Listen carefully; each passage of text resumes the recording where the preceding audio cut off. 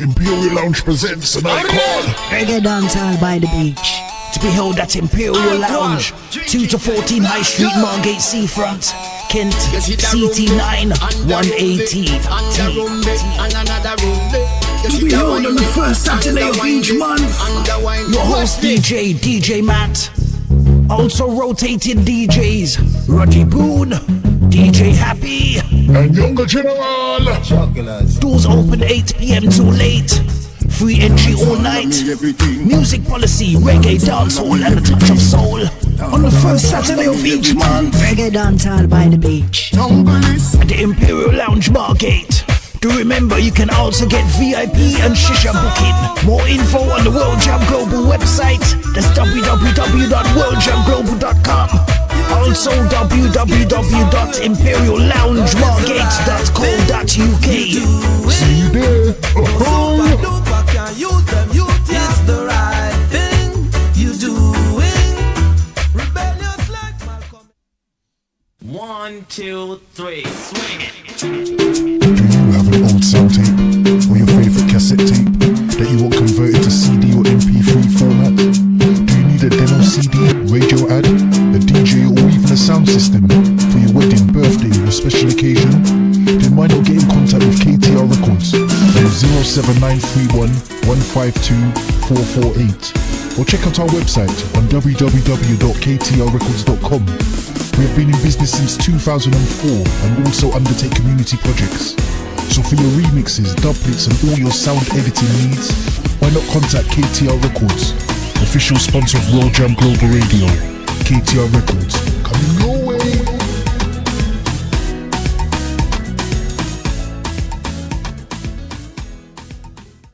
Do you like music like this? Great music all the time. Or like this? The music you love. Maybe this. Great music that makes you want to turn up the volume loud. Or life track like this. Especially where human life is concerned. Surely, sooner or later, people will realize that lives actually matter. Then you're in the right place. Keep it locked to World Jam Global, where music is harmony. Music 24 hours a day, 365 days a year. Yeah, you're a World Jam. Hotter than them. See live schedule.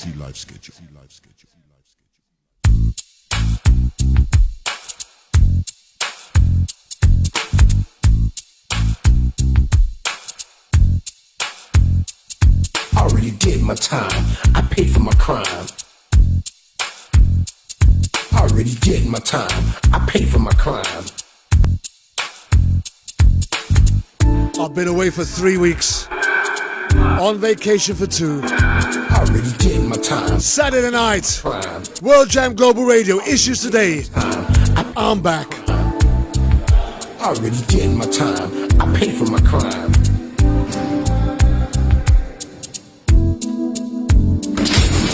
Back in the day, I didn't really care about the system. It was all about survival.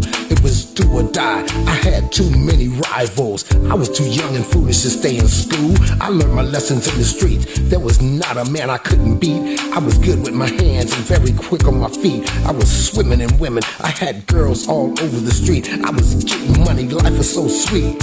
Now things have changed. The whole game has been rearranged.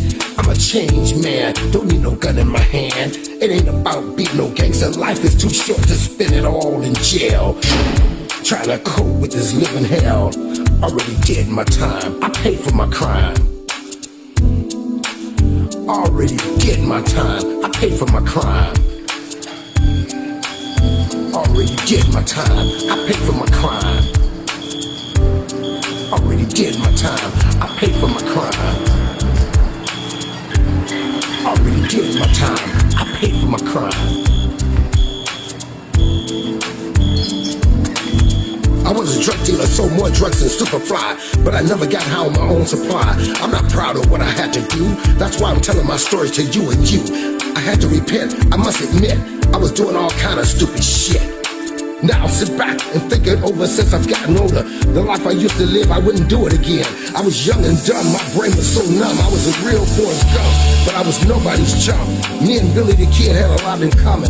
I was the real Terminator, much meaner than Arnold Schwarzenegger. I'd chew you up and spit you out like a real alligator, especially all you haters. The opening statements are going on right now. He could be facing life in prison. Prison.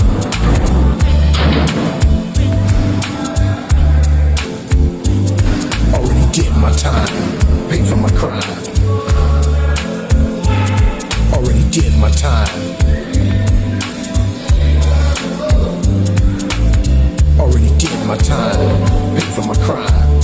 Already did my time. Pay for my crime, pay for my crime, pay for my crime, pay for my crime. Already did my time, I paid for my crime. Today we're going to be dealing with the story of Shakur McNear. I'm trying to get this felony. A young man whose life was taking in his prime, full of potential. And our guest, his mother, Afrika Bennett, is going to be joining us very shortly. Statewide, worldwide, there was not a man I couldn't beat. Don't forget you can join us live on www.worldjamglobalradio.com. I had girls all over the street. You can get us on TuneIn if you've got the smartphone app. Nothing's changed. Or you can follow us on Facebook Live and all other forms of social media. My name is Kervin, Julien. It's another edition of Issues Today, and we are going out live on World Jam Global Radio. Trying to cope with this living hell. Already did my time. I paid for my crime. Already did my time. I paid for my crime. Already did my time. I paid for my crime. Already did my time. I paid for my crime. Already did my time. I paid for my crime. I was a drug dealer, sold more drugs than Superfly, but I never got high on my own supply. I'm not proud of what I had to do. That's why I'm telling my story to you and you. I had to repent, I must admit, I was doing all kind of stupid shit. Now sit back and think it over since I've gotten older. The life I used to live, I wouldn't do it again. I was young and I want to say a big good evening going out to all my listeners right across the globe. I was nobody's chump. Me and Billy the Kid had a lot in common. I was the real Terminator, much meaner than Arnold Schwarzenegger. I'd chew you up and spit you out like a real alligator, especially all you haters. Already did my time, paid for my crime. Already did my time, already did my time. I paid for my crime, already did my time. The opening statements are going on right now. He could be facing life in prison. Prison. Very shortly we're going to be talking to mother and public speaker Afrika Bennett, whose son Shakur McNear, his life was cut very short. With this living hair. A young man with so much to live for. Trying to cope with this living hair. Yes I am, yes I am, yes I am, yes I am, yes I am. Trying to cope with this living hair. This living hell, this living hell. Afrika Bennett joins us to share an extraordinary journey in getting the truth out about how Shakur McNear was gunned down in his youth. Witnesses tell a totally different story to the one reported by the police. And today, we do our best to bring you the real truth. Thy will be done on earth as it is in heaven. Stand by as we get ready to talk to Afrika Bennett live on World Jam Global Radio. And forgive us our trespasses as we forgive those who trespass against us. And lead us not into On the talk show that makes a difference, Issues Today. For thine is the kingdom, the power, the glory, forever and ever. Amen. Tell a friend to tell a friend to tell a friend. We're back! Live and exclusive on World Jam Global. Pay for my crime. All those drive-by killings, stop them. Tell a friend to tell a friend to tell a friend. And tell that friend to tell another friend. This is Issues Today on World Jam Global Radio. We're going out live right across the globe.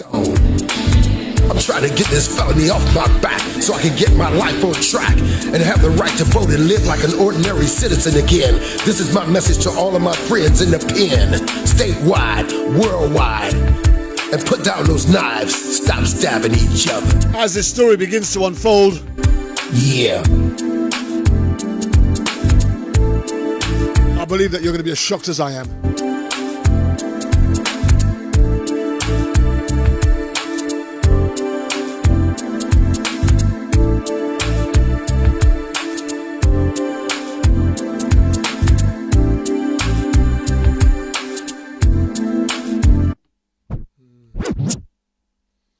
Oh, well, that stopped prematurely. Sorry about that.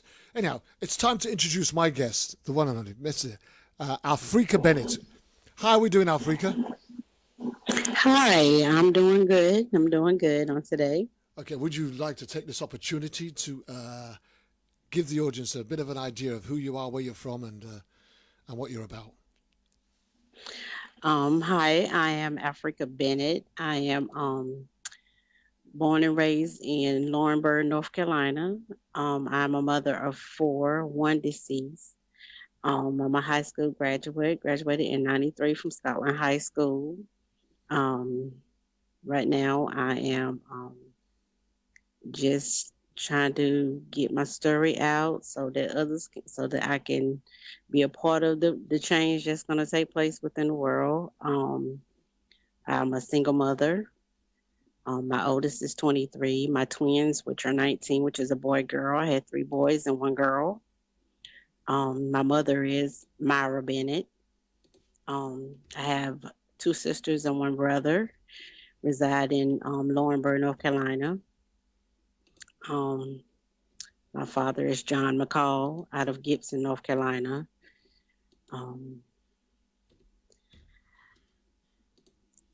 That's me. That's you. And I take it you've also been doing some public speaking over a period of time, right? I have spoken at churches. I've spoken at different little events that have taken place around.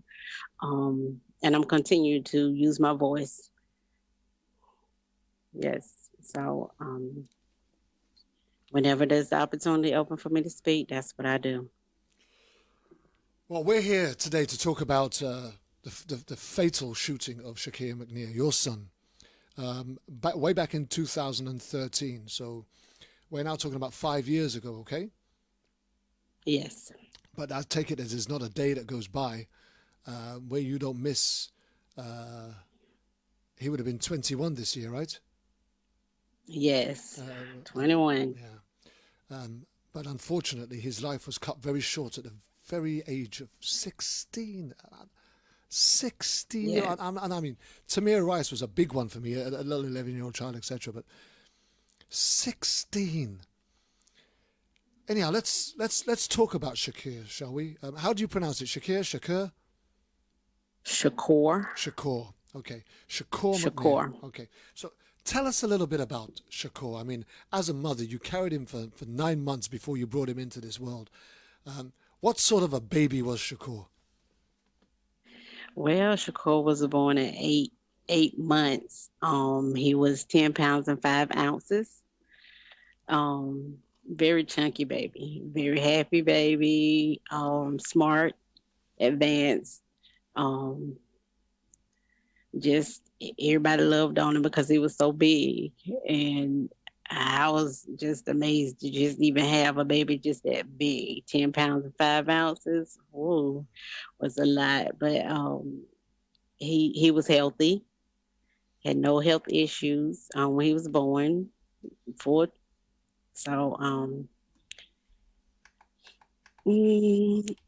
was well advanced. He walked early.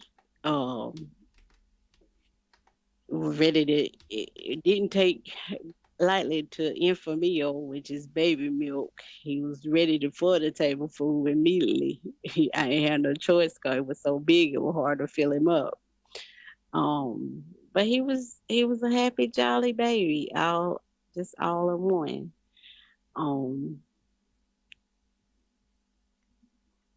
The joys of motherhood.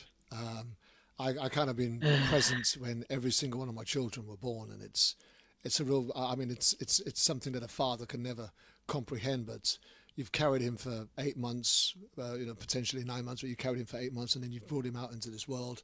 And I suppose that you had Yes. so many hopes and dreams for him as to once they announce that this is a baby boy, you already begin to think, well, what's my boy going to be like when he grows up, and what's he going to do, and what's he going to be, and what was your early recollections of how you felt that he would progress? I got me a football player because he was so big. I immediately said, I got me a football player. And because he was so big, had big shoulders, broad, he went straight into nothing newborn. He went straight into maybe 8 months. Because he was so big, he went straight into a size 2 diaper, not a 1. So it was like having a toddler already because he was so big. He was big enough to be like a little toddler because he was big. So I mean, we had to, even though he was a baby, we still had to handle him with care. But he was heavy. He was heavy. Just knew that he was going to be smart because when he came out, his eyes was wide open. At 2 months, he was already holding his head up, holding his bottle. Just always smiling. He couldn't cry that much because he didn't have a voice because he was so big. You could barely hear him when he cried. But just lovable, huggable, squeezable. I was just looking forward to having that football player, the athletic that was gonna be in him. I knew he was gonna play football. I didn't think he was gonna be basketball, but he was both. He got he had his teeth at he got his first tooth at 6 months, and he actually had 2 at the bottom and 1 coming in at the top by the time he was 6 months.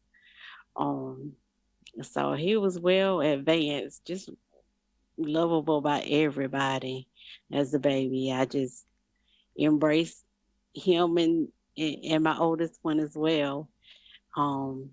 Everybody wanted to keep him because he was the chunky one. That's what they called him. We might have an audience that are tuning in to listen to how Shakur McNair was gunned down and killed as a very young man, and waiting to hear the evidence. But I always believe it's important for us to paint a picture as to who the child was, who the individual was, so that we can get an understanding of why you're missing him so much and why you're fighting for the truth. So for those of you that are waiting to hear the nitty-gritty and the information as to how he died, that's coming. We haven't forgotten that. But I also believe it's important that we find out who Shakur McNair was before he was gunned down and his life cut short. So please go on and tell me, as you've begun to tell me what sort of a baby was, how was he as he began to progress? Because it sounded like he was progressing very quickly.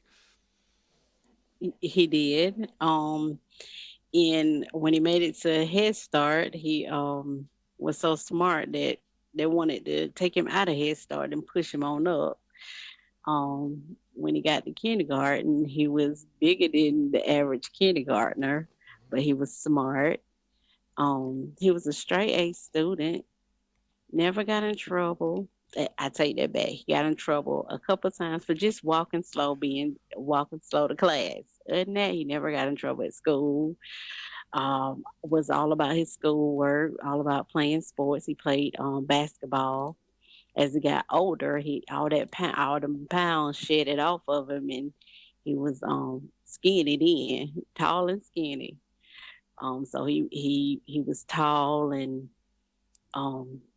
athletic. He just loved to play video games. He stayed to himself, played his game all the time, listened to his music. He wrote poems, wrote poetry, wrote raps, loved to draw, loved to hang out with his friends, just a joy child to just be around, period. He was a joker. Kept everybody laughing. Never was a dull day in my house with Shakur.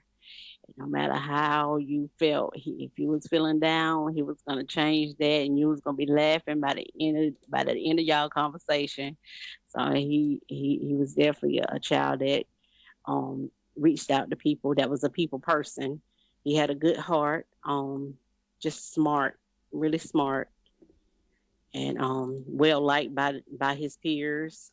He was one that stood up for people when they were bullied in school. Um, he just wanted to go on off to school. He actually had a full scholarship to go to beginners art and poets. He would have graduated with honors because he was a straight A student. He would have graduated with honors from kindergarten to his 12th grade year, straight A's. Never had any history with the police. Just a child I would call Job, like no other. Didn't give me no problems. Everybody loved him. He was just outgoing, just all about his books, all about, just trying to see himself get to the next level. He say he he want his mom and his pops to see him on TV playing basketball, or to just walk across the stage to get his degree. But he was just a bright child all around. He was loved fashion. He just loved to just play his game and just be to himself when he wasn't out in the community playing sports. That's about the only time you would really see him out and about, when he was playing his sports with his friends, mainly basketball, because he loved basketball. Because he was all about writing and just being more focused on his future at an early age. He always said, y'all gonna see me on TV. I'm gonna be famous. He said, everybody gonna know me because I'm gonna be famous for my ability to play basketball. He was like a miniature Michael Jordan. When I say he would write, his writing would be so deep at a young age. You would wonder where he would get all this from. He would be so deep into his writing, and could draw anything you put in front of him. He can draw it detail by detail. Just he was just an all around great kid. Loved to be outside. I was like, boy, it's hot outside. You're like, Mom, okay, the heat is okay. He'd be outside. He didn't care. He wasn't a child that really. He stayed to himself, but when everybody was outside playing basketball, that's where he wanted to be too, outside, where kids were to be outside versus being in the house. But a lot of his time was mainly focused on what he wanted to do with his life as he got older, and that was to go to school and be a better person, to get that education, to be able to be a provider for himself, and just prove to everybody that, no matter where you come from, you can overcome where you come from. Because we was born and raised in apartments. So as a single mom, he was like, Mom, you everything to me.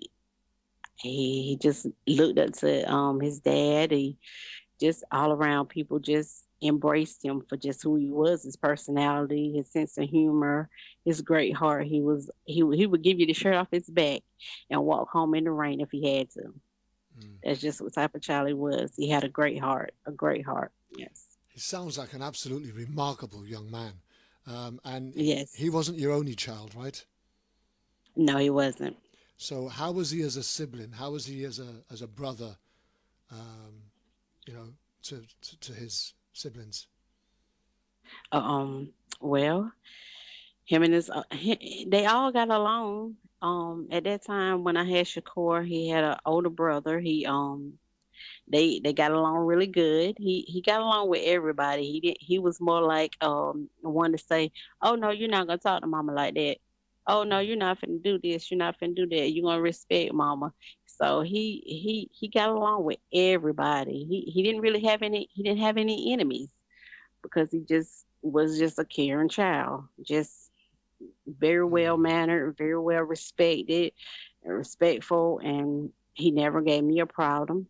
He always got along with his brothers and sisters. So, and with anybody that just he would be around, they would look up to him because he was so respectful and so humble and just so caring and understanding. He would take the time to listen to his friends and be one to give advice. So he was just got along with everybody just very well. So that takes us up to that fateful day. But before we get to that fateful day and start to talk about the circumstances that eventually led to his death, up until that point, what was his relationship like with the police, for example? Did he have any criminal convictions, records? Had he had any run-ins with the local law enforcement? No, he had no run-ins with the law enforcement. Actually had no dealings with him. Never had an encounter with him at any time at all. He none of my kids have until that day, and I mean he never got in trouble. Just didn't even get in trouble at school except for walking slow to class. That's about it. So it's going to be even harder for us to be able to explain how he manages to end up losing his life in such a dreadful and terrible way, because this young man sounds not just a remarkable young man. His character, his reputation, his history, his personality is almost without blemish. Now, we never try to paint our children out as angels just for the sake of painting them out as angels. You know, we all know that some of us make mistakes sometimes, and we all, you know, the Bible says that we all fall short of the glory of God in particular. So none of us are perfect. So we're not trying to say that Shakur was perfect, but it's quite evident that he has no criminal history. He has no criminal convictions. He has no run-ins or unnecessary negative relationship with law enforcement. He's not known to them. He's never been pursued or chased by them. He's not known to them as far as a criminal or convict is concerned. And now we're about to explain why a trigger-happy law enforcement officer felt the need to fire 3 shots into the body of Shakur McNair that would eventually take his life. Now, getting on to the issue of the day Shakur lost his life, I've read some of the story, and I believe, and I want you to take us through the events that led to the police being called. Was Shakur at school that day? Was he actually at school that day? No, sir. No, Kevin. It was on a Sunday. Okay, so It was a Sunday afternoon. I believe from the records that I've read that your older son apparently he had either had a problem with his girlfriend, or the girlfriend's mother and father assumed that they'd had a problem. But take us to the story as you know it, as best that you can. Okay. It was on a Sunday. I had just got out of church, roughly around 3:30, 4 o'clock in the afternoon. I got home, and everybody was in the house. Me and my kids were all in the house. My grandbaby was there, and my oldest son, baby mom. My oldest son and his baby mom was downstairs, and everybody else was upstairs. Shakur was outside next door at our neighbor's house. My oldest son and his baby mom were got in an argument because she was sending nude photos to other guys online, and he walked in and seen her. And I guess at that point is when they started arguing. So I went downstairs and got my grandbaby and had her to come so I could take her home.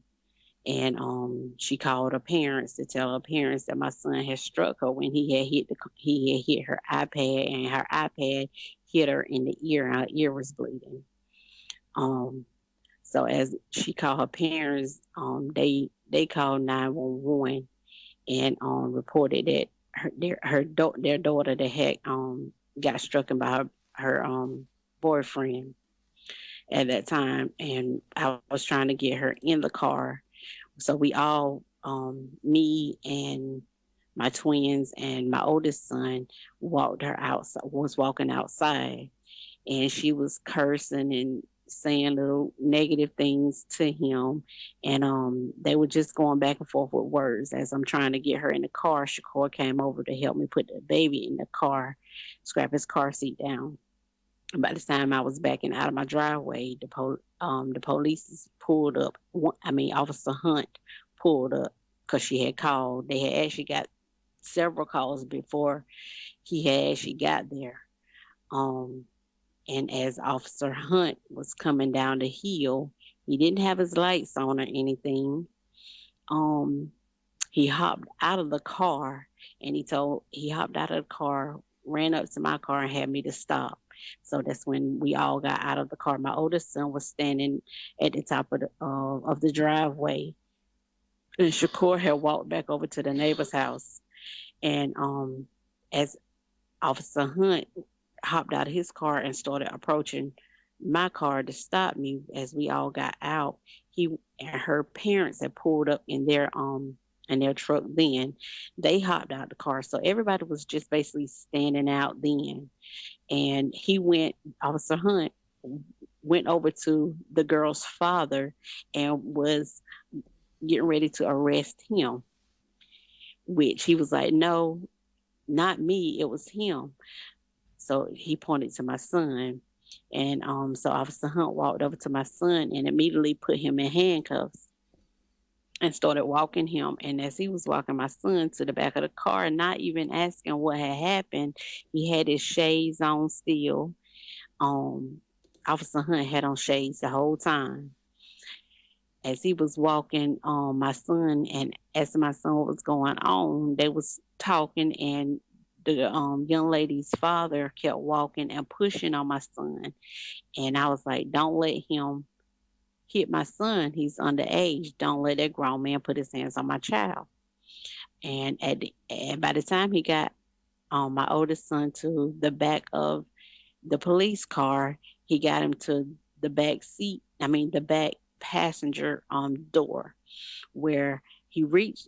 As I was telling him, don't let this man hit my son, I was walking beside the young girl's father at that time, trying to keep him from keep pushing on my son, because the officer didn't do anything.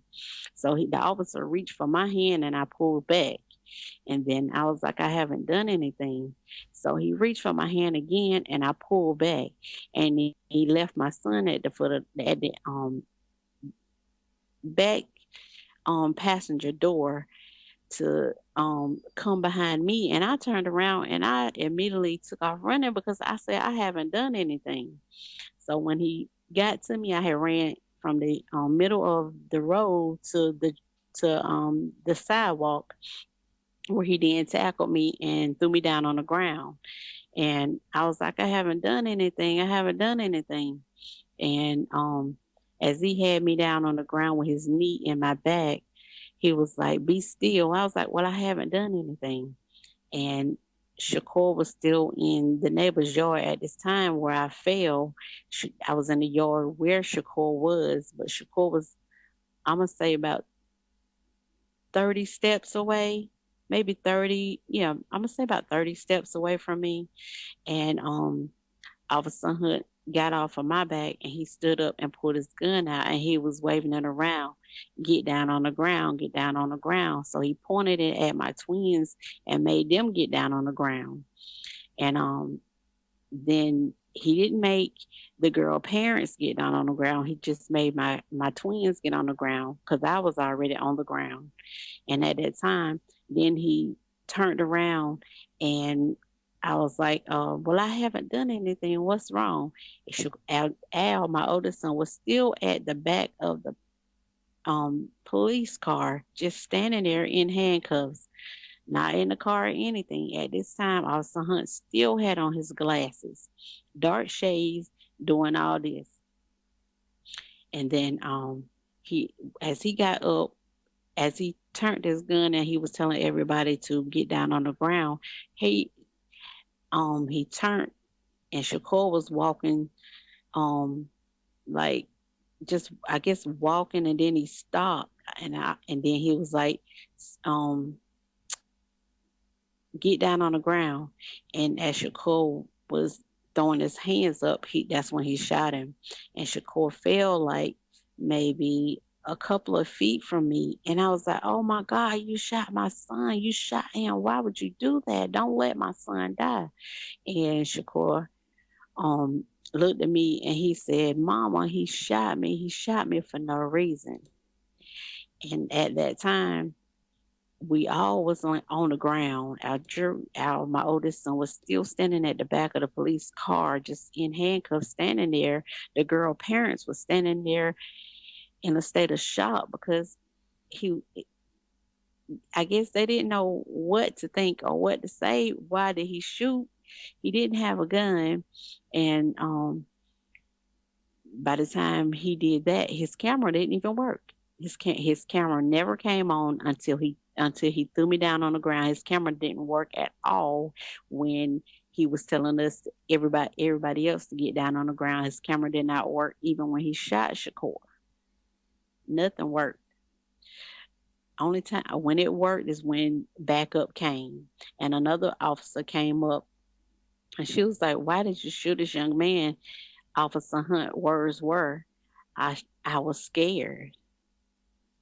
And at that time, they put everybody in handcuffs and everybody in the back seat of different police cars that came up.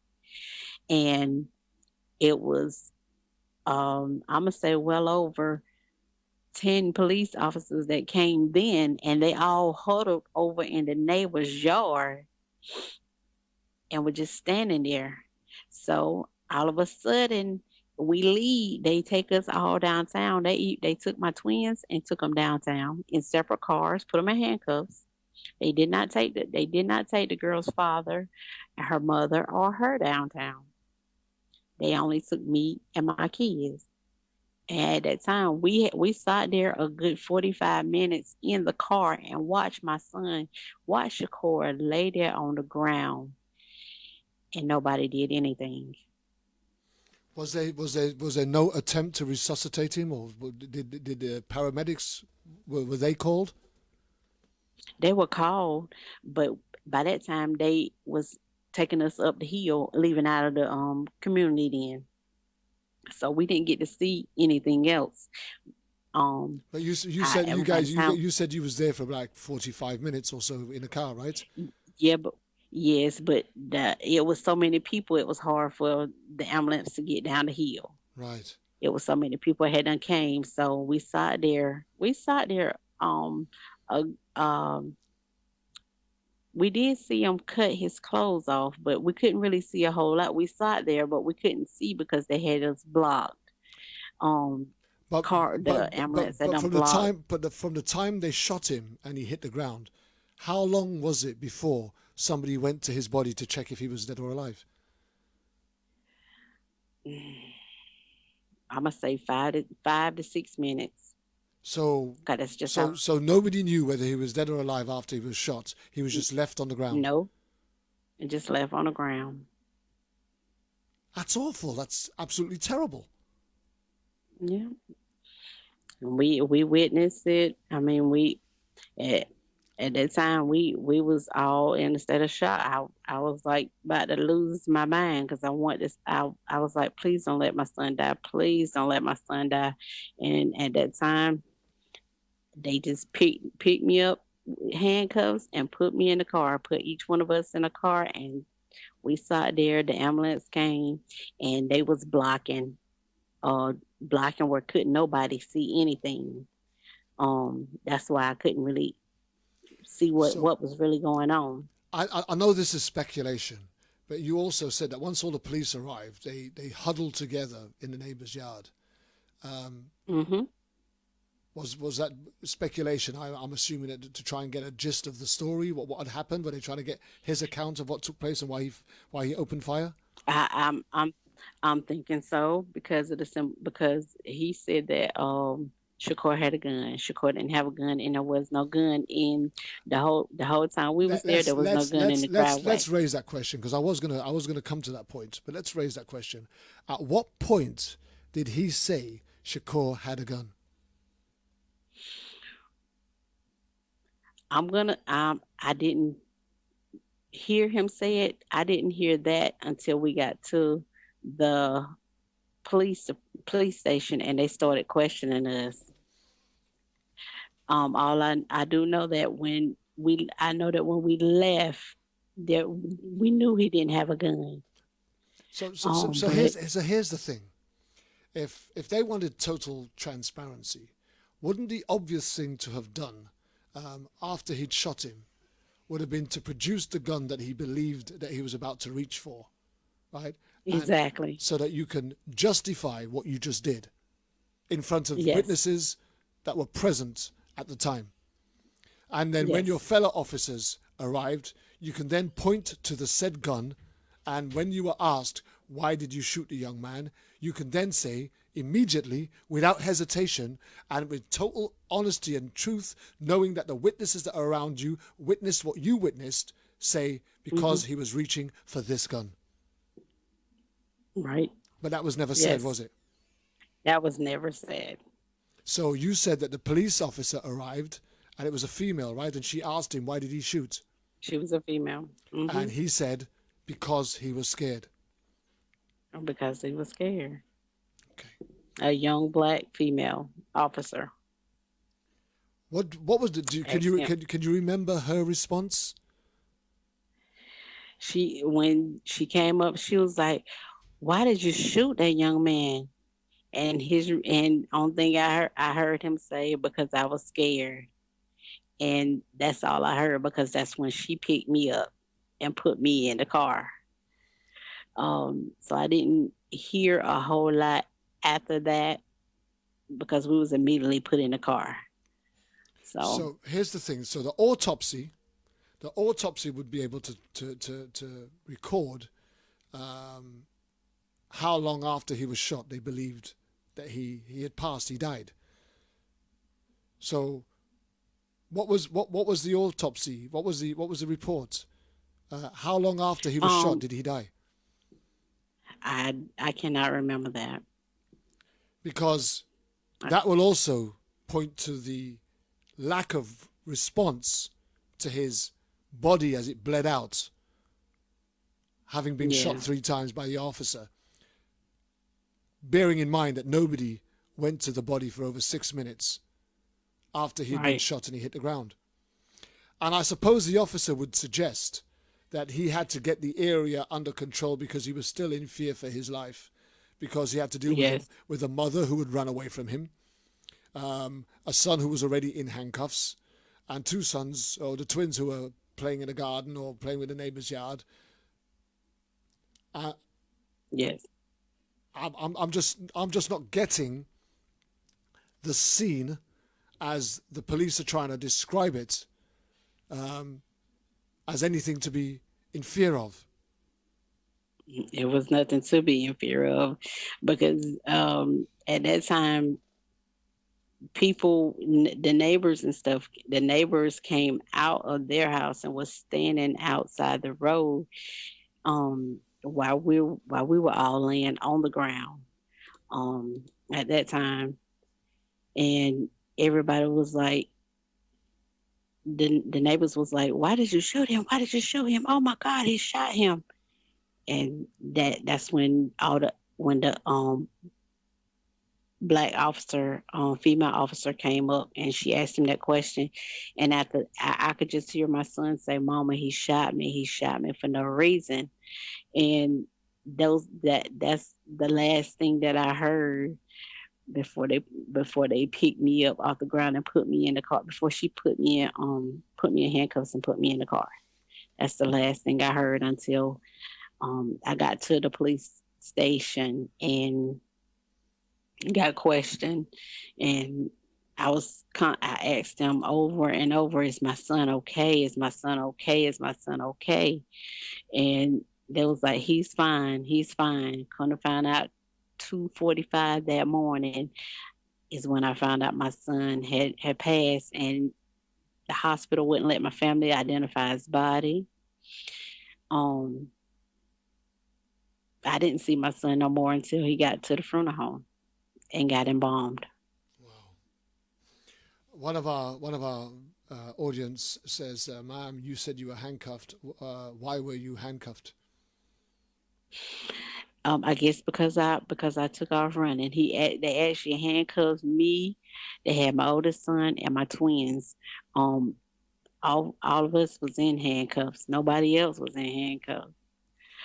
So Answer me this question: when the police arrived at the scene, the report says that they arrived and it was chaos, right? When the police arrived at the scene, right, was there any violence taking place? Was there any fighting taking place? Was there people attacking each other? Describe the scene for us again. When the police arrived, what was actually physically taking place? When Officer Hunt arrived, there was no one outside. I was actually in my car. Shakur and two of his friends was in the neighbor's yard, and Algeria was outside, and that's all was outside then. So the argument, the confrontation had come to an end. Yes. Right. So Yes. the girlfriend's parents were still outside, right? They had pulled up when the officer pulled up. Okay, so at the same right. time. So yes. So there was no chaos. When the police arrived, it was in order. It was in order. Right? Yes. You were getting ready to take people away. You was going to drop her home, right? Irrespective of the fact that, once again, I need to repeat this because none of this was put down in any of the reports that I read. Your son got angry because he walked into the room and caught his girlfriend sending nude photos to other men. Yes. And in a fit of rage and anger, he whacked his hand out at the iPad that she was using to send these nude photos, and the iPad ultimately hit her on the side of the ear, to which she is claiming is the assault, right? Yes. But nobody, even when the officer arrived, nobody asked what was going on, because no, he didn't. The baby mother's father, Tony, had called 911 claiming that your son had already jumped on his daughter, right? Yes. Insinuating that he'd attacked her, hit her, beat her, or whatever. But yes. Yet, at the moment the police arrived, there was no confrontation taking place. The arguments had stopped. You had dismantled it. You had separated it. You'd got her and the baby in the car, and you was ready to take them home. Yes. So why did the officer draw his weapon? Because the neighbors came out of their house then, and they was all just immediately, all of them just started coming out the house when I took off running in the yard. They all was coming out the house then to see what was going on. But there was no confrontation. There was no act of violence. No. There was no criminal act taking place. So I'm still at a loss to try and understand why he drew his weapon. There was no confrontation. There was no violence. People coming out of their house is no biggie. People are allowed to come out of their house. There was an original issue taking place, but that was now under control. He didn't arrive and see a commotion taking place. There weren't people gesticulating or shouting in each other's faces. There weren't people hitting each other or picking up lumps of wood or bottles or etc. So I'm still at a loss to understand why he felt the need to draw his weapon. That only thing I could say is he like he said, he was scared. Everybody, it was nothing but African American people outside. So this officer arrives on his own. All of a sudden sees a whole pile of black people and thinks, Well, he oh, did. I'm in trouble. Well, he didn't see him when he came in because No. there wasn't nobody out there then. They didn't come outside until they I was on the ground. These, So these, with these, these, nobody out there. these are the type of shows that I wish my dear friends Jerry Summers, Jonathan Newton, or Alex Salazar were on this show with me, because I'd be able to ask them the correct protocol. Because layman's terms, as an ordinary man on the street, my understanding would have been the police have been called to a potential domestic violence situation. Their port of call when they arrive is to establish what is actually taking place and who was involved. It wasn't to. You don't just come and arrest That's people. protocol. Right? That's protocol. I would imagine, yeah. But he didn't even. Protocol also is that you not one officer. It's supposed to be two officers, more than one to respond to domestic violence. So what he should have done was waited in his car until backup arrived. Yes. Okay, but because the situation was under control, because there was not, it was not, he did not meet a volatile situation. See, I'm doing this for a reason, because you said that when the female officer arrived, right, and asked him why he pulled out his gun, right, he said it was because he was scared.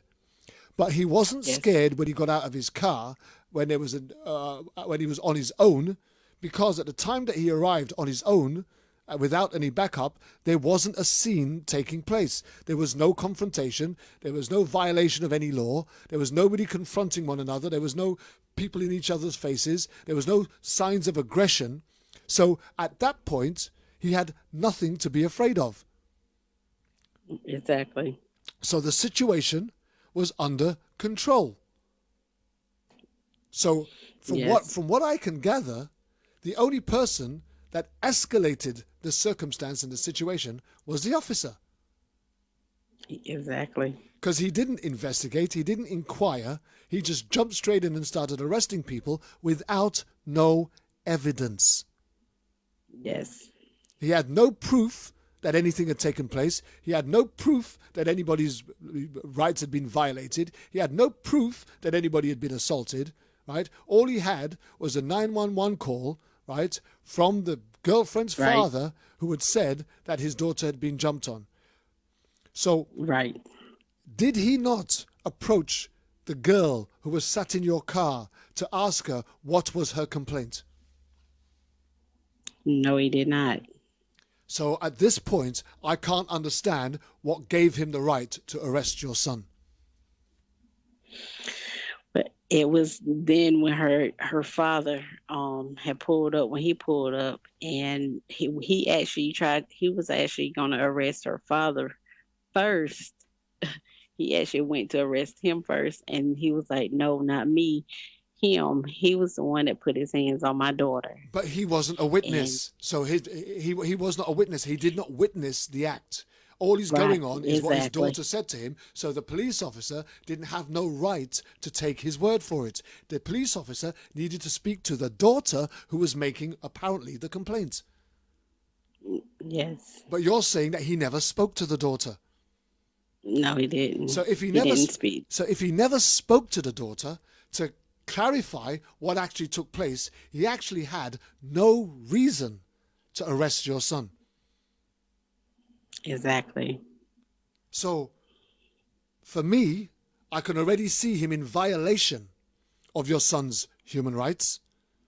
And I'm not understanding why you guys actually haven't gone about this in another way, because for me, the officer at the beginning is the one who's created the chaos.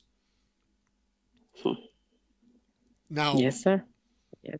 Here he is. He's now shot your son, and your son's dead.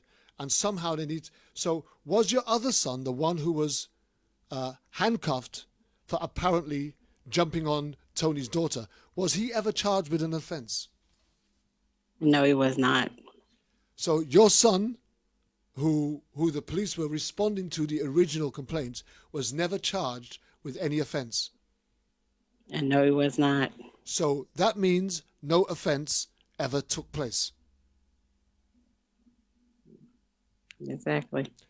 And your other son lost his life because a police officer lost control of an already calm situation.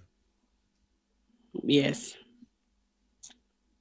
Now, let's talk about Tony. Because from what I gather, Tony, and we must be clear about this, Tony was the one who felt his daughter was aggrieved. He was the one who called 911, right? He was the one Yes. whose daughter had apparently been beaten by your son. And so therefore, he would have no reason to take your side or stick up for your family. Right. But he says Shakur had no gun. Is that correct? Mm-hmm. Yes, that's correct. Explain to me why he was never allowed to give that evidence. As far as I know, he was able to. He did write a statement saying that Shakur did not have a weapon. His daughter also wrote a statement, and his wife also wrote a statement that Shakur did not have a weapon. And even with the officers, they saying that he had a weapon. It was later after we all was arrested that a weapon was seen in the driveway, but the weapon never had his fingerprints on it. No, we're gonna come to that. I'm going to leave the weapon alone for a minute for a very good reason. We're going to come to the weapon very soon.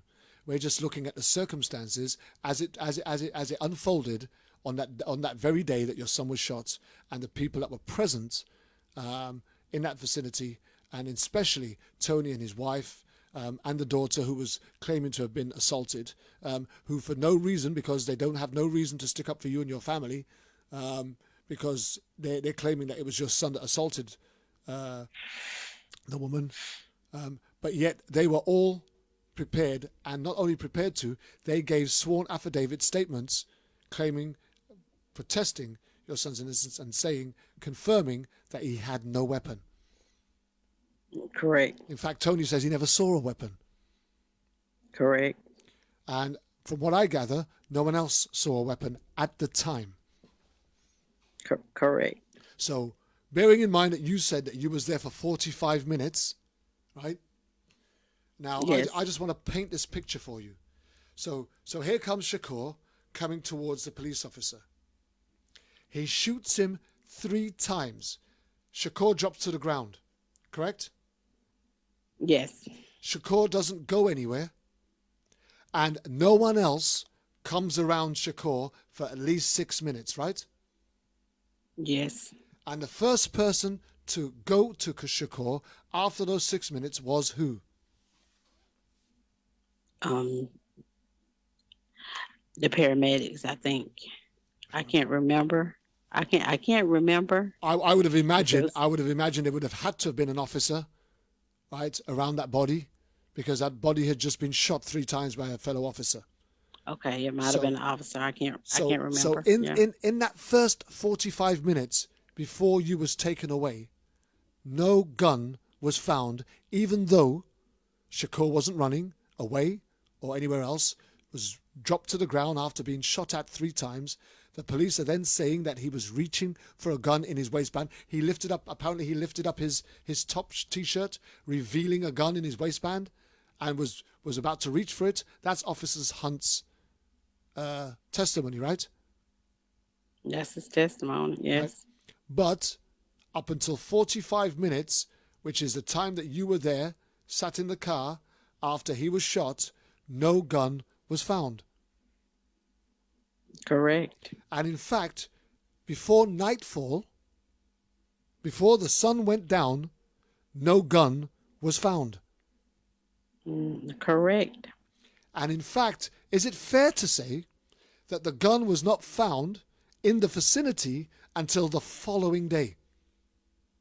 Correct. Again, I repeat, these are the type of shows that I wish I had my fellow ex-police officers who I regard as close friends Jerry and Jonathan and Alex.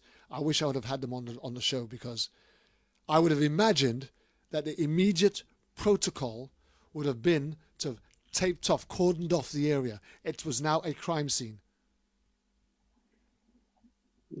An officer would have been placed on guard in that area to make sure that nobody contaminated the evidence, so that all the evidence could be collected in order for them to be able to carry out a full and thorough investigation. I would have imagined that particular area, especially where your son laid down and died, would have been a matter of great interest and importance in order for them to be able to retrieve the gun to proof off the fact that Officer Hunt fired justifiably against an individual who was not only carrying a weapon, but was potentially reaching for one. Correct. And I would also say that would have been their main priority, not to cart you and your other sons and your other son who had allegedly attacked the woman. That wouldn't have been the priority on a minor domestic violence issue. Now the shooting of the individual escalates, trumps all of that, and that now becomes the center point of the investigation, right? Correct. So all of their focus, all of their attention, and all of their investigation would have been focused on that area where Shakur lay down and died and bled out. Yes. So then Should have been. So that begs the question: why did it take them almost 24 hours to find a gun? Oh, there was now. No, we know there was no gun. So what was the police response to why it took them 24 hours to find a gun? Has anybody asked them the question? Well, the lawyer that I had asked the questions.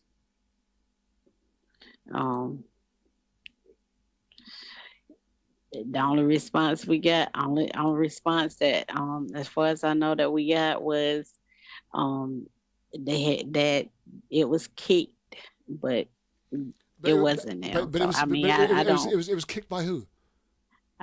They said, they said Officer Hunt kicked the gun. But if Officer Hunt kicked the gun within the 45 minutes that you sat in the car while they huddled with the police officers and tried to get their story straight, surely Officer Hunt would have recalled that he kicked the gun, known which direction he kicked it in, retrieved it, and produced it as the evidence to justify a good shoot. Correct. Does that not just make sense? It makes sense, but hey, So explain to us how the investigation went, or what happened next. Upon the investigation, which Federal Police Department investigated their own self, their own officer. They said it. They had found a gun. In the investigation, the gun did not have his fingerprints on it.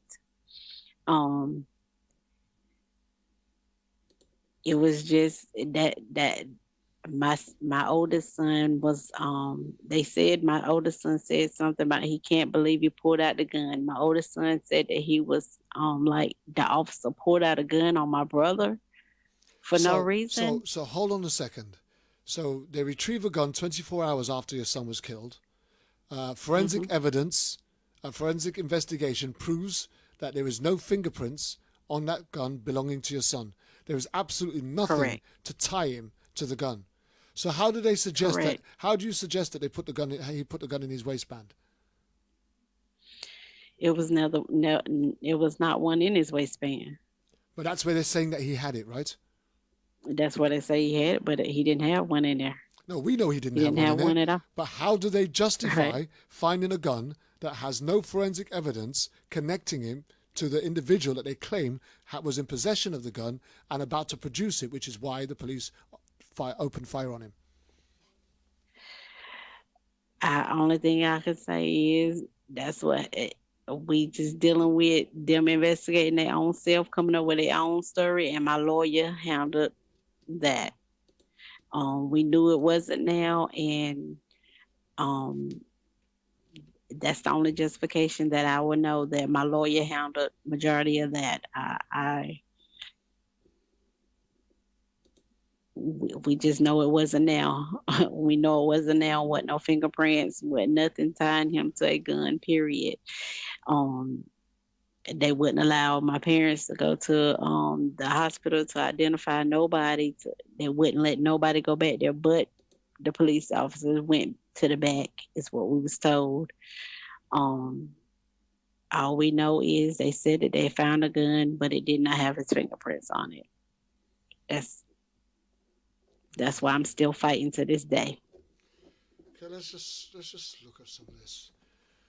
Special agent in charge of North Carolina SBI, Janie Sutton, contacted me regarding an officer-related shooting. Upon learning Mr. Shakir McNear had been shot and injured by a Fayetteville police officer, I made an immediate request for an independent SBI investigation, and I was joined in this request by the police department. After a thorough review of this incident investigation and consulting with the senior staff at North Carolina Attorney General's office, I, along with my senior staff, have determined no criminal charges will be filed against a law enforcement officer for the shooting of Mr. McNear. In reaching this conclusion, we have carefully reviewed all the evidence. And thoroughly researched the applicable law. Now, they also say, while the mother of Mr. McNear's brother's infant child was visiting, there was an argument between the mother of the child. During the argument, Mr. McNear's brother allegedly assaulted the mother of his child. As a result, the alleged assault, the mother of the child called her parents. The parents of the mother of the child arrived. I'm just trying to read for this very quickly. Mm-hmm. But it's... At this point, Fayetteville police officer Christopher Hunt arrives on scene and observes approximately 10 to 15 people in the roadway being disorderly. And this contradicts what you've said, because you've said that when the police officer arrived, there was nobody there. The only time the people came out was after he started to chase you. Exactly. Because at that point, prior to him arriving, you had already nullified the argument. And you say that the baby mother was inside your car. She had got out. Yeah, Officer Hunt had all of us to get out of the car at that time when he pulled in. But when he pulled up, when he pulled up, you were in the car. So when you pulled up, you were in the car. There couldn't have been 15 or 20 people outside watching a confrontation. Correct. And the unfortunate thing is, at no time did he have his dash cam or his body cam operating until after the shooting. Right. Has there been any explanation as to why the dash cam or why his body cam was not switched on, or why it wasn't working? In fact, let's try and clarify this. Are you aware of whether or not it was not working or it was not switched on? Have they clarified which one that was? They just said it wasn't working at that time. At that time, it wasn't working. So it was right. It was faulty. Are they suggesting it was faulty, or yes. Or are they confirming it just wasn't switched on? They just said it wasn't working. Wow. How convenient that the only time that the body cam decides to work is after he's shot and killed your son. Is that just convenience? Exactly. Or is that a cover-up? That's a cover-up. Okay.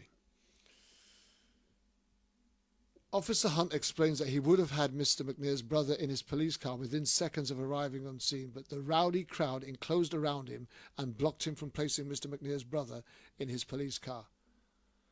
Mr. McNear's mother put herself between Officer Hunt and the back passenger door of his police car. Officer Hunt recalled telling Mr. McNear's mother she needed to back up. Now, you've already confirmed all of this, that took place, right? So you're not arguing with that. Yes. That's kind of what took place. Yes. Officer Hunt then describes he felt a strong pull on his arm and that Mr. McNear's mother then allegedly struck him in the right side of his face with a closed fist using her left hand. After Mr. McNear's mother allegedly assaulted Officer Hunt, he called for backup units to step it up. Now, answer me this question. Were you ever charged with assaulting a police officer? They they charged me, but then it was dismissed because there was no evidence. They actually charged him with purge because he lied on the stand. So, again, he lied again and again and again. Yes. Yes. After Mr. McNair's mother allegedly struck him, Officer Hunt grabbed the mother with his right hand while keeping hold of Mr. McNair's brother with his left hand. He must be a very strong person. Because if he can contain you, who's just socked him on with your right hand, right, and then managed to control your eldest son at the same time, then this thing of him being afraid or scared doesn't ring true. Exactly. Because it seems like he was perfectly prepared to take you both on by this statement that he's making here. Wow. Officer Hunt recalled that the rowdy crowd remained at his police car in the adjoining yard and that Mr. McNair's brother was still not secured in his police car as he tried to secure Mr. McNair's mother. As Officer Hunt continued to try to secure Mr. McNair's mother, he observed Mr. McNair began to approach him. Officer Hunt recalled that Mr. McNair was approaching from up the street and not from where the crowd was gathered around his police car in the adjoining yard. Officer Hunt believed, based on Mr. McNair's actions, that he had a gun. What were the actions that he's referring to? I guess when his hands was up in the air. When his hands went up in the air.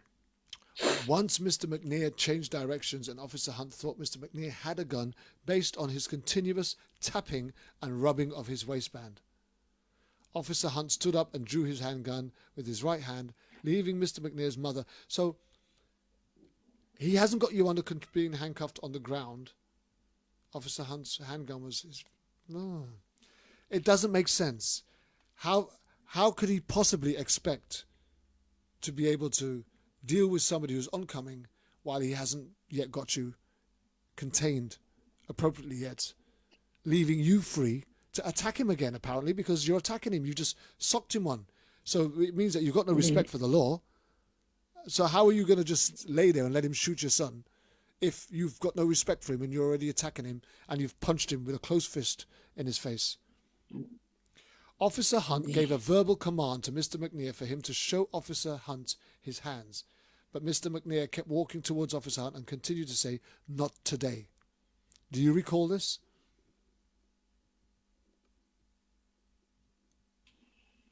Do you recall that, Alfrika? Hi, hello, Alfrika. Yes, sir. Yes, Kevin. Yeah, do you remember your son saying "not today" as he was approaching? No, he did not. It's all very circumstantial, and this report seems to totally rely on Officer Hunt's version of the events. And nowhere in here, several civilian witnesses were interviewed regarding the events surrounding the shooting. As previously discussed, Mr. McNair's brother told the SBI that Mr. McNair went to the... McNair's brother told the SBI that Mr. McNair had the gun in the front waistband. Mr. McNair's brother told the SBI that Mr. McNair had the gun in his front waistband with a blue hoodie-type shirt pulled over the gun. So they're saying that your son told them that Shakur had the gun. That's what they said. It says another civilian witness describes that immediately after Officer Hunt shot Mr. McNair, Officer Hunt kicked a gun that was lying by Mr. McNair. This account of the events is consistent with Officer Hunt's statement that he kicked Mr. McNair. So if the gun was lying by Mr. McNair, how come it took them over 24 hours to find it? They've picked up his body, paramedics have put it on a trolley, they've carted it off, but they've still not been able to find a gun for 24 hours. And this is meant to be a true account of what took place that day.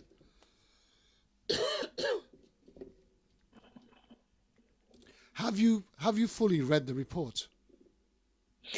I have read the report and have been over it, and um I read it often. Actually, I actually have to pull it up online now because mine got messed up. But yes, I have read it, and none of it is accurate. All of it is just lies and lies on top of lies.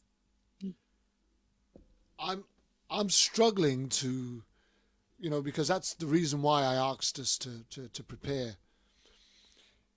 and talk about Shakur, the individual prior to this occasion. Yeah.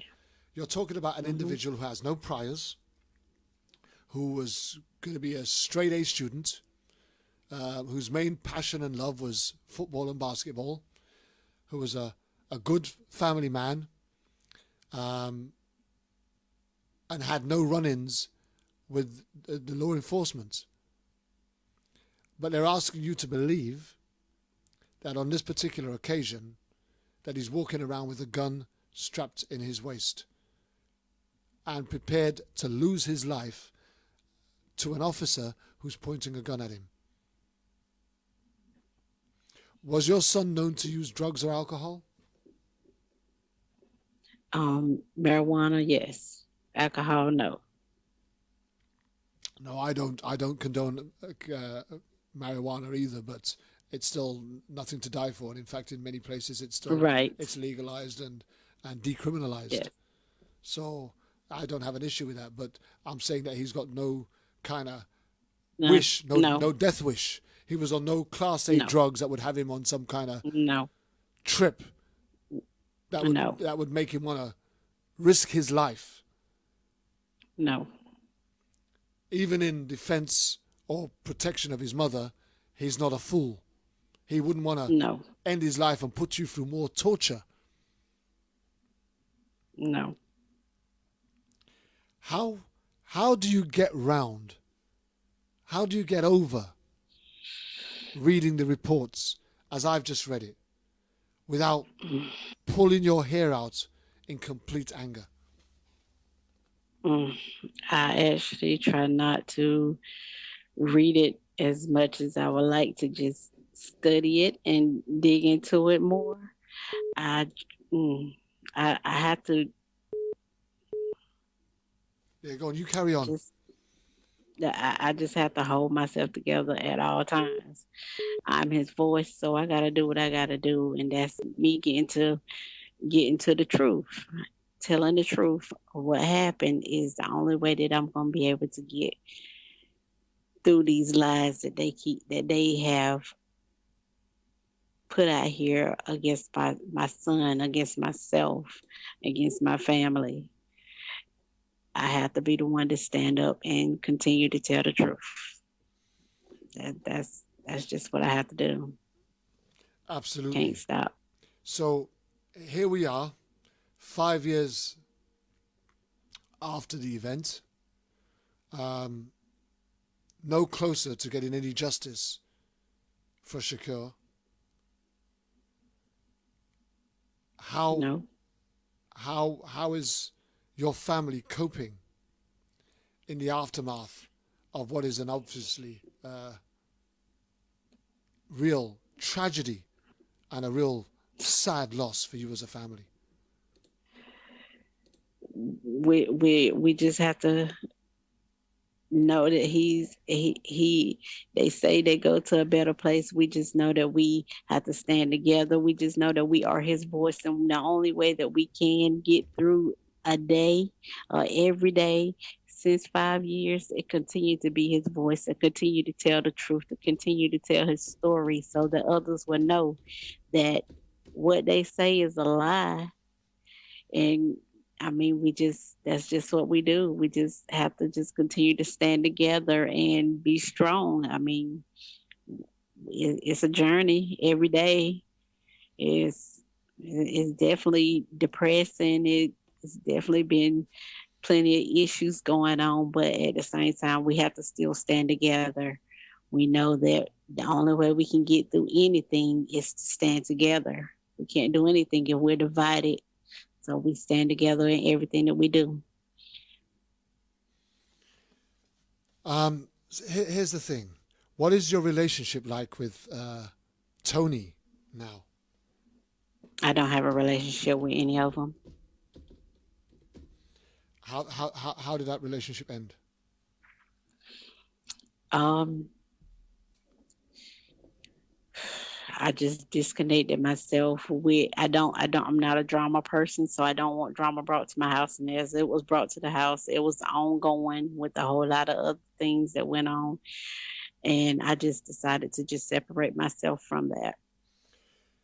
So, is he aware that the drama that he caused that day? I mean, was he ever aware that the reason why there was a confrontation between your son and his daughter was because she was sending nude pictures of herself to other men while in your house? Yeah, he's aware of it. Okay. He's aware of it. So is he aware that his actions was directly what led to your son being shot and killed that day? He's aware of it. Has he ever tried to apologize? Never.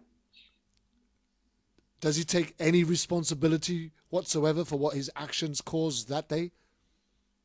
No. And him and his daughter either. How has your son dealt with it since losing his brother?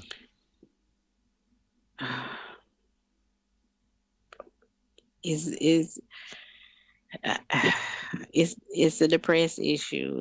He's depressed. All of them, they have to go through every day without him. So I would imagine. Yeah. That this really eats him up, right? It does. It does. That the possibility that even though, in defense, he was angry and he had a right to be angry that day, but I suppose he holds himself accountable in a way. He does. He does. So what I'm struggling to see how your son could hold himself accountable for what happened to his brother when the person who created the drama and brought the police to your home, who eventually killed your son, walks around like... I'm struggling with this because in reading the story and reading the reports, I guess that he exonerates himself by giving a true account in support of the fact that your son didn't have a weapon. But he's done nothing else to support you or your family in the tragic loss of your son that only came about because of him and his daughter's reckless behavior. Right. But they've done nothing but continue to try to bring chaos on because we don't even get to see my grandbaby now. She keeps the grandbaby from us, so we just have to go ahead on with our life. It's a real sad story. Even as as we unfold it, I've been doing this for 3.5 years now, and with each story I hear, one sounds worse than the next. It doesn't get any easier and it doesn't get any better.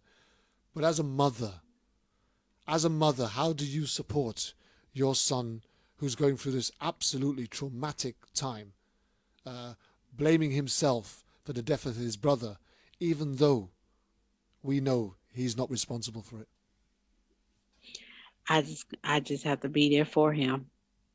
I have to be there for him at all times. We communicate. We talk a lot. I'm just there. I'm the mom. I'm gonna be there no matter what.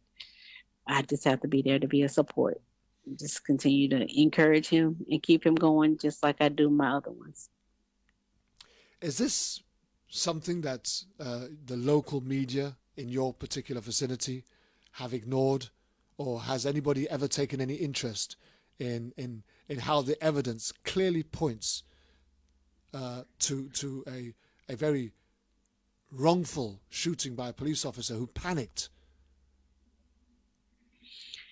No, I mean they've done a story, but at the end when the case was dismissed by the state, or they just stop. They don't do anything else. They don't allow you in my community. They don't allow you to do peaceful rallies. They don't allow you to march in the parades to do a start the violence. They don't allow you to have you can anything that go on in the community now. They want to be a part of it. Say I want to have his 5th year is coming up. I want to have a cookout. I want to do a back to school drive. They want to be a part of the police department want to be a part of that. I don't want to be a part. I don't want them to be a part of anything that I have, and I'm not going to cause no chaos for you to come back out. Period. For you to come out and cause a scene. So they're not supportive at all. This Fayetteville is. Once the officer do something, they continue to allow them to be still on the force and continue to just go head on. I've actually had encounters with Hunt, and he smirked in my face several times. And that's December. That's after killing your son. Yes, and I've had an officer to trigger finger me 2 years ago at a store. And I called 911, and they're going to tell me our officers don't do that. We're here to protect. So they didn't do nothing about that. They didn't do anything about Officer Hunt sending me a friend request on Facebook and sent a letter to my house saying that he wanted to meet and talk to me. They wouldn't do anything about that. The media wouldn't even step involved. NAACP wouldn't even get involved. So do you feel alone in this fight to get the truth out for your son? I do. Have you tried to join any of the local groups or organizations, or even the national groups and organizations that support mothers and women like yourself? Yes, I am a part of their Facebook, and I've been to a couple of events out. I'm a single mom, so my oldest ones just graduated, so I'll be able to do more now. And I mean, I try to get out and participate in different events that go on around. So have you try. Have you ever had connections with two of my favorite people, Yolanda McNair and Donna Hayes? No, I haven't. Oh, you need to connect with them. You can find them on Facebook.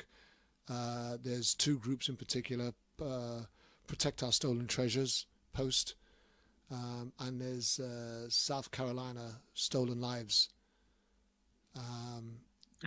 There are groups. I will put you in touch with individuals that are groups that are supportive of women like yourself. These people are like a family. They come alongside you, and they'll support you putting together events to keep your son's memory alive, and even in pursuit of the truth. There's all sorts of lawyers and organizations that support these groups, and you've got to start getting yourself connected on a national level so that you can continue to tell the story of your son's life, so that he's never forgotten and the police are never allowed to believe that they've actually got away with it.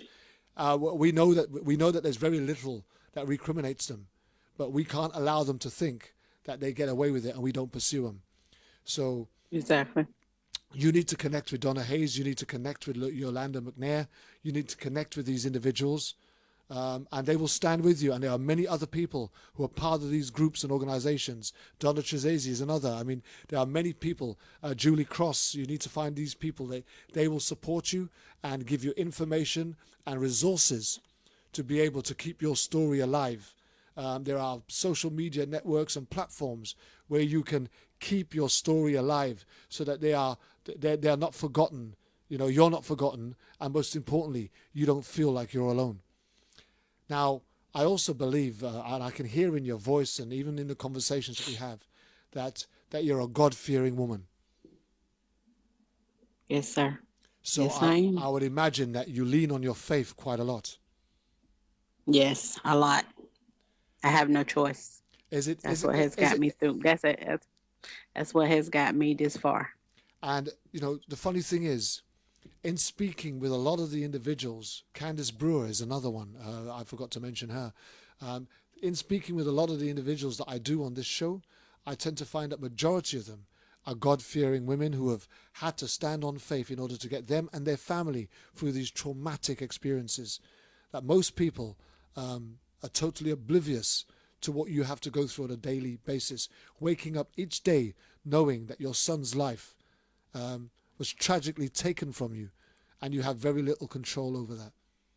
As a mother who spent 8-9 months carrying him in your womb and bringing him into this world to breathe his first breath of life, it must be a very traumatic experience for you daily, having to go through this, feeling that you're on your own. Yes. Yes, it is.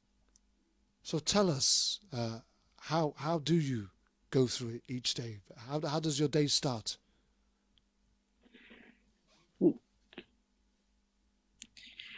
Well, I have my other kids that I know that need me and depend on me as well. We're just a close family, and I have their support. We have each other, and I have my church. I have friends. I have family. So I mean, I do okay. I do okay. Yeah. I see counseling. I do a lot of writing. So I manage. It's a struggle, but I do it. I have no other choice. I'm his voice. I won't sit down. You've got to be his voice. But you also have to get into a position when you realize that you're not going to be able to do this all on your own. You're going to need the outreach, resourcefulness of those that have gone before you, those that have come in after you, those that have been doing this during your experience, those that have been able to build up the network of supportive mothers and individuals. You need to join forces with these, so to speak, so that you all can continue to keep these stories alive, in the hope that at one day, because we know, what's done in the dark comes out in the light, and the truth always comes to the forefront at some point, because our God is a vengeful God, is a judgeful God, is a holy God, and and He protects us. So you've got to do what you can, and then let Him deal with what you can't, right? Yes. And as I believe you've also got a daughter as well. As how many daughters do you have? Just one. My twins is a boy girl. Okay. And so the girl is Shakur's twin, right? No. Oh, that's your older son's twin. No, it's my babies are twins. Oh, right. Okay. They're a boy girl. I had 3 boys and 1 girl. Okay, getting a bigger picture now. So because the girl lost her brother. So how did she lose her brother? How has she coped with the loss of her brother? Sorry. Coping is hard for me to explain for her. She's more of she has everything that she do resembles him. She dresses like him. She with her twin brother, he has Shakur's spirit to me, because now he's more humble like Shakur was, and he's hungry for his basketball and his football. She gets through her days just knowing that he's still with her in her heart. So she cleans up. They have close friends that they're all with Shakur friends, have taken on them as little brother and sister. So they're doing really well. See, I guess a lot of people don't actually get to understand the impact and the trauma that this type of thing leaves behind for a family. Shakur was 16 years old, in the prime of his youth. He wasn't even a man yet. Right. Enjoying all the things that a young boy would, football and basketball and athletics, and cut down in his prime. And that has a Yes. massive impact on the entire family. And I'd imagine the trauma Yes. that you all go through on a daily basis is immeasurable. Ooh, it's definitely been a struggle. Definitely been a struggle with losing his father a year before he got killed to a drunken driving accident. We was dealing with that. Yes. So, Wow. You see, I and then didn't know that. my oldest son is 2016. He was shot 4 times and ran over and left for dead. He's quadriplegic now. Somebody robbed him. So he's quadriplegic. So I have to take care of him now. Um it's been one thing after another. We lost everything in Hurricane Matthew in 2016. So we're starting all over. Um but we're standing together. We got each other. We're standing together. Do you know, your story, your testimony is not just open. It's just just a real eye opener.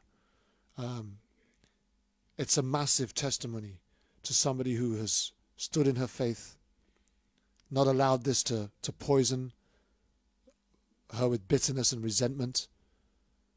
You have gone through so much.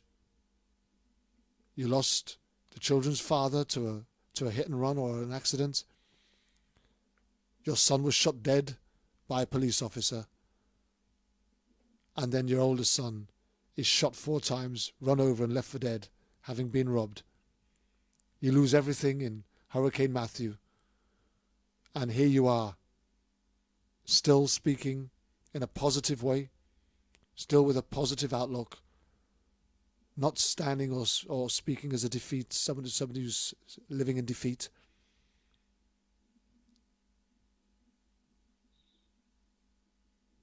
But I just can only commend you, take my hat off, praise you for your strength and courage in sharing your story with us today, knowing that by far it's probably one of the most traumatic stories I've ever heard.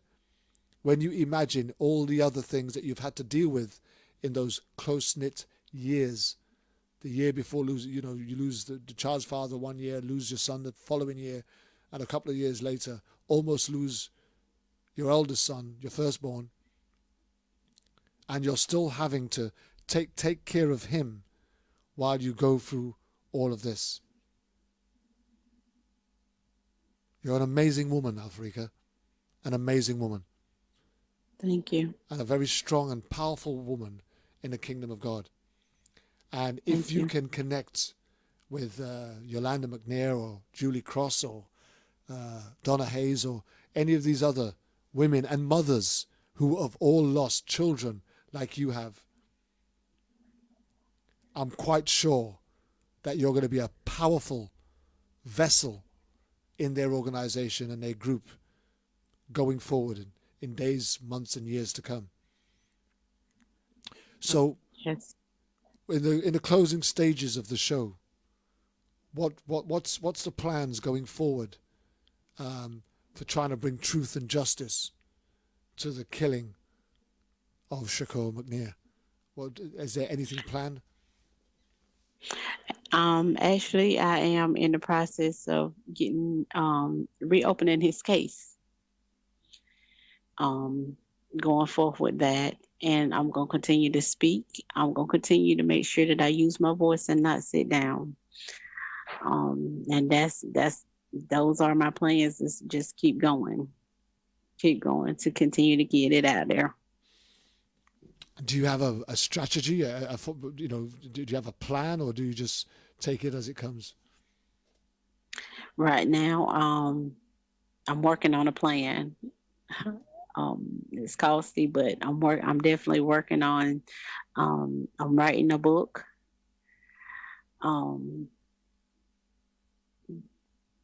Just taking it as it comes to me, and so that I can do action, see progress and everything. That's basically where I'm at right now. It's just keeping it out there in the media as much as I can. Letting this thing be worldwide. So you said that you've got a plan, you've got a strategy, but it's costly. So I get that. But for you, the cost does not matter. It's not going to replace your son. Correct. Can't stop, won't stop, ain't gonna stop. How did the community react immediately after? It was a lot. The community has. Let me see more. This is a military area, so I had a lot of negative things thrown at me. I've dealt with discrimination from restaurants since I've still been here. And then I have some that are very supportive, that his school that he would have graduated from Westover, I was able to march and get his diploma. But everybody is still, some are supportive and some just da. It is what it is. So yes. I've heard that many a times. And how has the church been for you, with you, your local church? Great. They've actually been very supportive. Very supportive. Yes. So yeah. I'm still with them. Yeah. Do you get prayer vigils and you have prayer meetings where you just commit this and what your family's going through? No, sir. I just go, and they're just supportive people I can talk to and be around, have interaction with other people. Well, my lovely friend Donna Chisesi has just said, is she connected to any of us? Donna, the answer to that is no, but as you will see in the comments, I've already tried to connect her with Julie Cross, and I would love her to reach out with Donna Hayes, Yolanda McNair, and yourself. Can you please read? No, this is a message going out straight to Donna Chisesi, who's online now watching the show as we speak.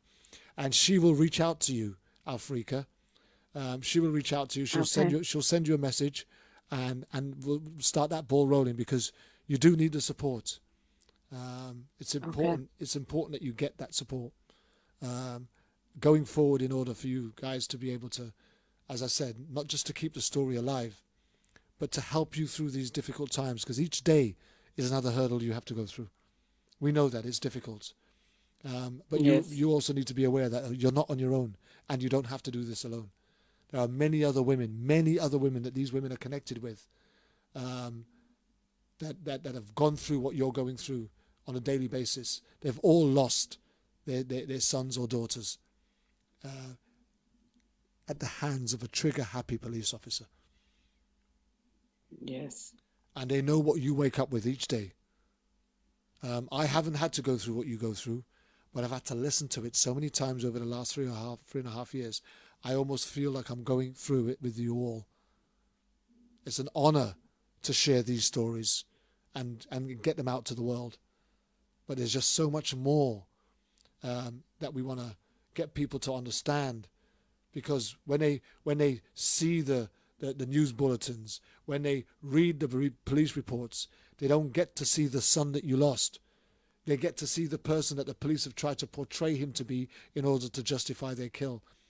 And earlier on, you spoke to us about a young man who had no criminal convictions, who had no history with law enforcement, who was a straight A student, who loved basketball, who loved football, who loved his family. And your eldest son, who was having an altercation with his girlfriend, who was in your house, sending nude pictures of herself on an iPad, and that's what your son walked in and caught her doing, which eventually led to the 911 being called by the girl's father, who witnessed your son being shot dead on his call. It's a sad state of affairs, and I'm not, we know what the Bible says, and I pray that, that he will repent of his ways and he will find forgiveness for himself. But I can't imagine that he's walking around feeling like he's done nothing wrong, because he must know in his heart that what he instigated, what he initiated that day, directly caused the death of your son. Do you think that you've forgiven him, or would you forgive him? Yes, I have forgiven. I've forgiven. I haven't forgotten, but I have forgiven him. No one's ever going to ask you to forget, but yeah, the moment you forgive him, you free yourself, don't you? Yes, yes. I'm just wondering, where else would you like to take this? You've got about 5 minutes left, where you can, how can people support justice for Shakur McNair? What would you like people to do in order to support you keeping that truth out there? Connect with me. Allow me to come and speak. Just reaching, going to the Shakur Justice page and seeing what I have on there. I'm actually posting stuff today. Read up on the story, ask me questions, just connect me with whatever they have going on, so that I could be a part of what somebody else is got going on, and they be a part of what I'm planning on to take place in the near future. How long do you think it's going to be before the book is ready? Just a rough guess. I know you can't say exactly when, because it's a work in progress. But how long are you looking to give you're planning on this project? I plan on having it finished by next year. This time next year, I'll be through with it, because I had it wrote up, but it got messed up in the storm, so I'm starting all over. So, yeah, I say the beginning of August of next year, I'll be completed. Right. Okay. And what's your plans once the book is finished? To continue writing. Is this continue something? Writing. Is this something that you see as almost a therapy to get you through what you're going through as well? It's definitely my therapy. I write. It's definitely therapy for me, and it helps.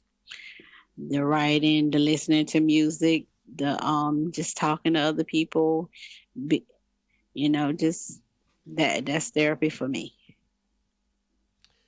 I've said it already, but I'm gonna say it again. You are a truly exceptional and courageous woman, and what you've been through over the last 5 or 6 years in particular, right?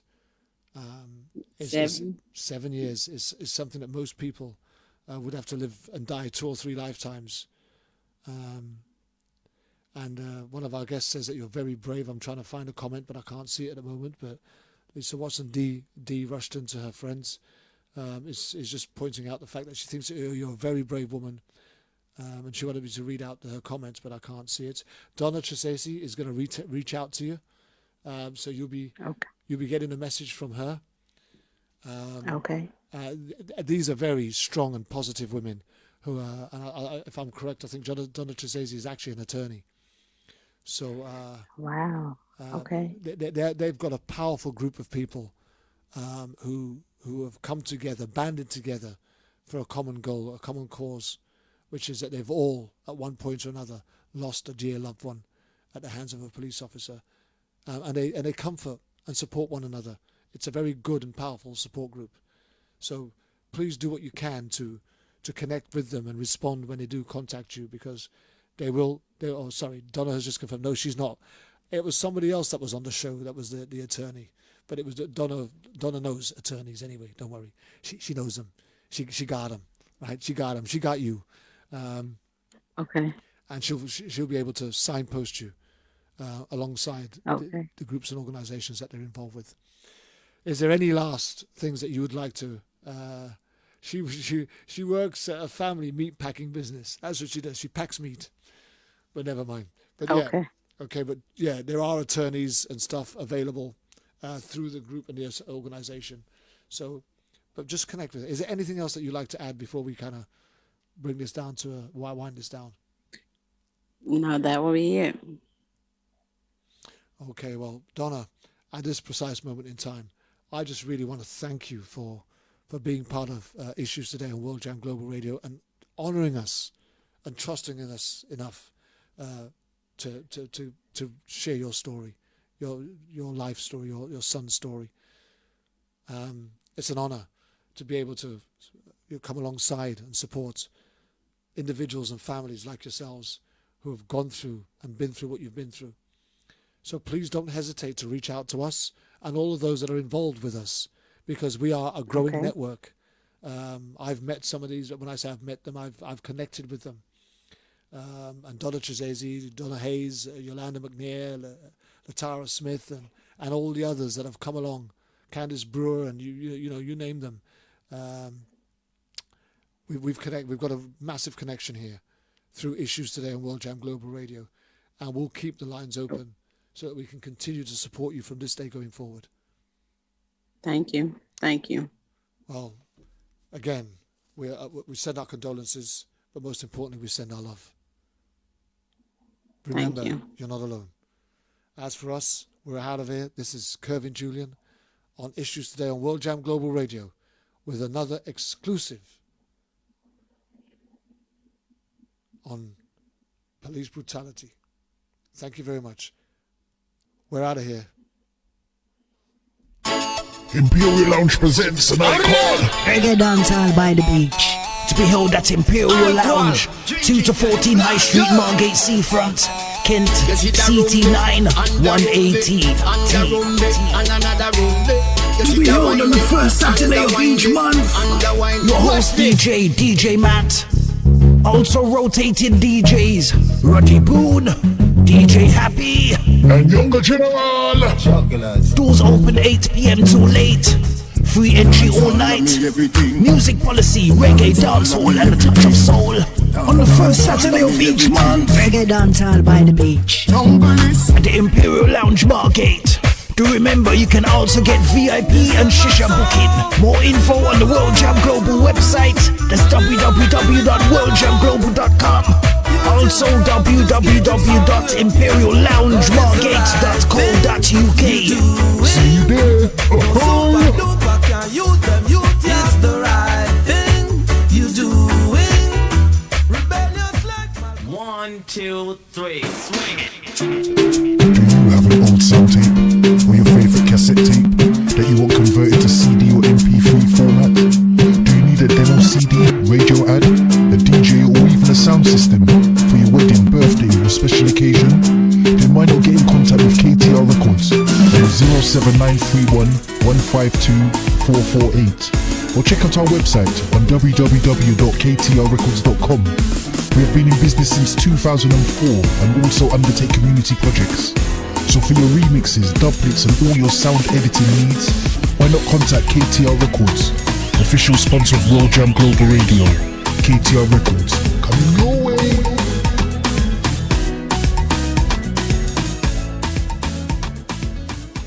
Do you like music like this? Great music all the time. Or like this? The music you love. Maybe this. Great music that makes you want to turn up the volume loud. Or life check like this. Especially where human life is concerned. Surely, sooner or later, people will realize that lives actually matter. Then you're in the right place. Keep it locked to World Jam Global, where music is harmony. Music 24 hours a day, 365 days a year. Yeah, you're a World Jam. Hotter than them. See live schedule.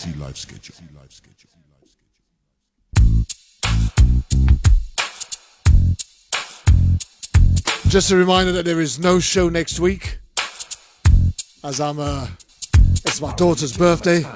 I paid for my crime. I already did my time. I'm going to be spending some time doing what daddies do when it's their daughter's birthday.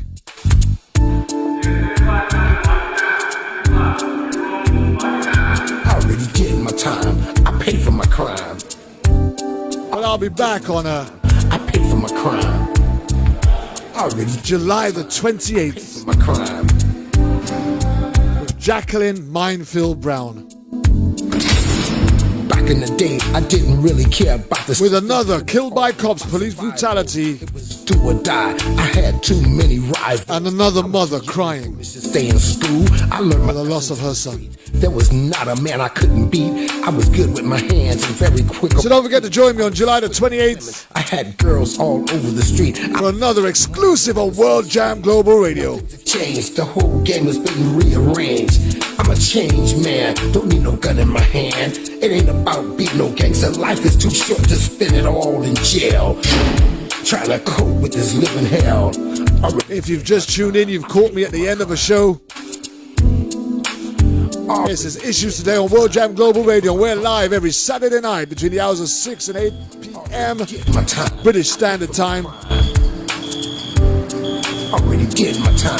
I paid for my... Would like to thank each and every one of you that have joined me on the show today. And a special thank you and shout out to Afrika Bennett for honoring us by sharing her story right here on World Jam Global Radio. Superfly, but I never got home my own supply. I'm not proud. Don't forget, if you've got a story that you want to share, Story to you and you can contact us on www.worldjamglobalradio.com. Stupid shit.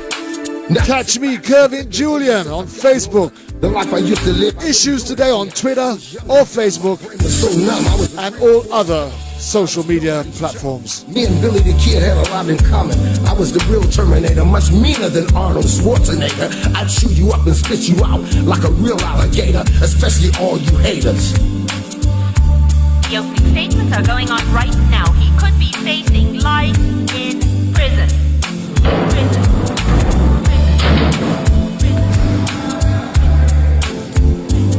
Already did my time, paid for my crime. Already did my time. I want to say a special shout out to all of those that have joined the show for the first time today. My time, paid for my crime. Already did my time. Pay for my crime, pay for my crime, pay for my crime, pay for my crime. It was a pleasure having you guys on board. My crime. Already did my time. I paid for my crime. I'm trying to get this felony off my back so I can get my life on track and have the right to vote and live like an ordinary citizen again. This is my message to all of my friends in the pen, statewide, worldwide. There was not a man I couldn't beat. I was good with my hands and very quick on my feet. I was swimming in women. I had girls all over the street. I was getting money. Life was so sweet. Now things have changed. The whole game has been rearranged. I'm a changed man. Don't need no gun in my hand. It ain't about being no gangster. Life is too short. Just a quick reminder of a future upcoming show. Already on the 18th of August. I paid for my We're going back to revisit a show we done a few years ago. Already did my time. I paid for my crime. I'm going to have Jackie Kendrick Johnson Already did my time. live on here. Crime. And we're going to be talking about the Kendrick Johnson I paid for my crime. murder. And this time Did my time. we're going to leave no stone unturned as we do some huge name calling. I was a drug dealer, sold more drugs than Superfly, but I know And we get an update fly. I'm not on what's going on with the investigation. I'm telling my story to you and you. I had to repent. I must admit, I was doing I'll fill you in a bit more on future shows before that. over since But that's one to look out for on the 18th of August. I was young and dumb, We're going back to revisit the Kendrick Johnson show. but I was nobody's chump. Me and Billy the Kid had a lot in common. I was the real Terminator, much meaner than Arnold Schwarzenegger. I'd chew you up and spit you out like a real alligator, especially all you haters. Already did my time. Don't forget you can share this live stream Time. Already did. on your Facebook, on your friends groups, and Already did. just share it out. Make sure everybody gets to see these shows. Now he could be facing We'll leave no stone unturned in trying to get to the truth. Once again, thank you, each and every one of you, and the World Jam Global Radio Management Team. As for me, Kervin Julien, I'm out of here. Trying to cope with this living here. Yes, I am. Yes, I am. Yes, I am. Yes, I am. Yes, I am. Trying to cope with this living here. This living hell. This living hell. This living hell. I already did my time. I paid for my crime. Our Father who art in heaven, hallowed be thy name.